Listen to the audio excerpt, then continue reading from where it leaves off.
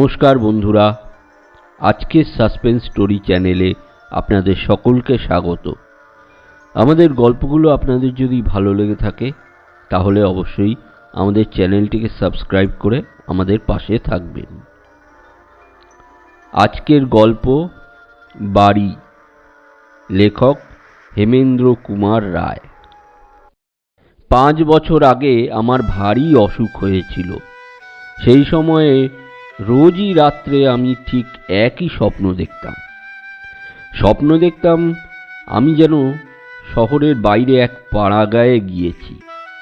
আঁকা বাঁকা পথ দিয়ে রোজই এগিয়ে যাই। পথের দুধারে কোথাও কলা গাছের ঝাড় বাতাসে সবুজ নিশান উড়িয়ে দিয়েছে, কোথাও মেদি গাছের বেড়া দেওয়া নানান ফুলের বাগান। মৌমাছি আর প্রজাপতিরা সেখানে মধুচয়নের খেলা খেলছে। কোথাও তাল কুঞ্জের ছায়া দোলানো এবং কাঁচা রোদে সোনা ঝরানো ঝরঝরে সরোবর। ঘাটে ঘাটে নববধূরা ঘোমটায় মুখ ঢেকে কলসিতে জল ভরে নিচ্ছে। পথ যেখানে ফুরিয়ে গেছে সেইখানে একখানা মস্ত বাড়ি, দূর থেকে ছবির মতন দেখতে। সামনেই ফটক, কিন্তু সেখানে কোনো দারোয়ান নেই। বাড়ির চারিদিকে জমিতে কত রকমের গাছ, গন্ধরাজ, বকুল, রঙন, শিউলি, আরও কত কি। মাঝে মাঝে কিছু ঝোপে রং বেরঙের মেলা। রোজই বেড়াতে বেড়াতে বাড়িখানার সামনে গিয়ে দাঁড়াই, অপলক চোখে তার পানে তাকিয়ে থাকি। ভিতরে যাবার জন্য প্রাণে সাধ জাগে, কিন্তু জনপ্রাণীকে দেখতে পাই না। ফটকের কাছ থেকে চেঁচিয়ে ডাকাডাকি করলেও কেউ সাড়া দেয় না। কেউ আছে?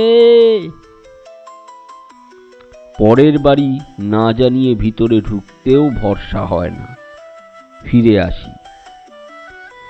রাতের পর রাত আমি খালি ওই একই স্বপ্ন দেখি, বারবার, অনেকবার।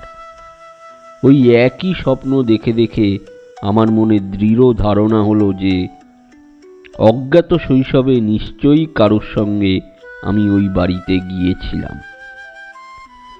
আমার অসুখ সেরে গেল, কিন্তু তবু সেই স্বপ্নে দেখা বাড়িকে ভুলতে পারলাম না। মাঝে মাঝে এদেশ ওদেশ বেড়াতে যেতাম।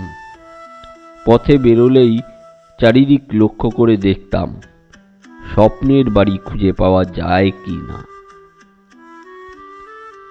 একবার এক বন্ধুর নিমন্ত্রণে কুসুমপুর গ্রামে যাই। বিকালে বেড়াতে বেরিয়ে একটা গেঁয়ো পথ পেলাম। দেখেই চিনলাম এ আমার সেই স্বপ্নে দেখা পথ।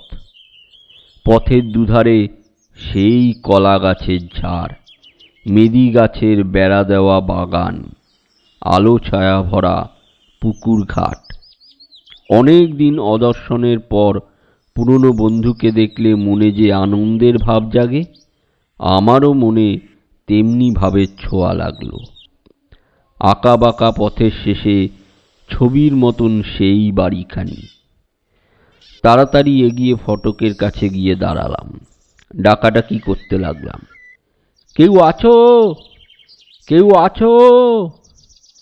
ভেবেছিলাম কারুর সাড়া পাবো না, কিন্তু আমার ডাক শুনেই একজন বুড়ো দারোয়ান ভিতর থেকে বেরিয়ে এলো। কাকে চান? কারুকে নয়, এই বাড়িখানা আমার বড় ভালো লেগেছে, ভিতরে ঢুকে একবার দেখতে পারি কি? আসুন না, এ বাড়ি ভাড়া দেওয়া হবে। বাড়িওয়ালা কোথায় থাকেন?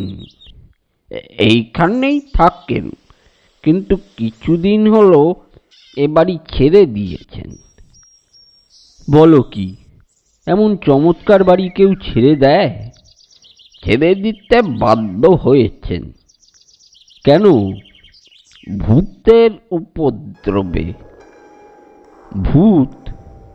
একালেও লোকে ভূত বিশ্বাস করে নাকি? দারোয়ান গম্ভীর মুখে বলল, আমিও বিশ্বাস করতুম না, কিন্তু এখন বিশ্বাস না করে উপায় নেই।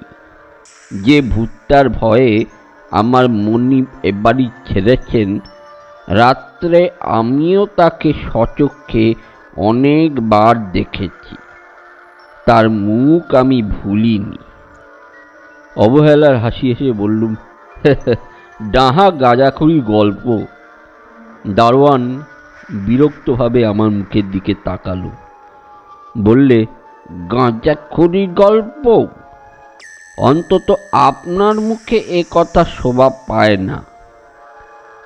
অনেকবার যে ভূতকে আমি দেখেছি, যার মুখ আমি এ জীবনে ভুলব না, সে হচ্ছেন আপনি নিজে। আমি আপনাকেই দেখেছি। এতক্ষণ আপনারা শুনছিলেন হেমেন্দ্র কুমার রায়ের লেখা গল্প বাড়ি। গল্পটা বা ভিডিওটা যদি ভালো লেগে থাকে তাহলে অবশ্যই লাইক, শেয়ার এবং কমেন্ট করে দেবেন। ধন্যবাদ।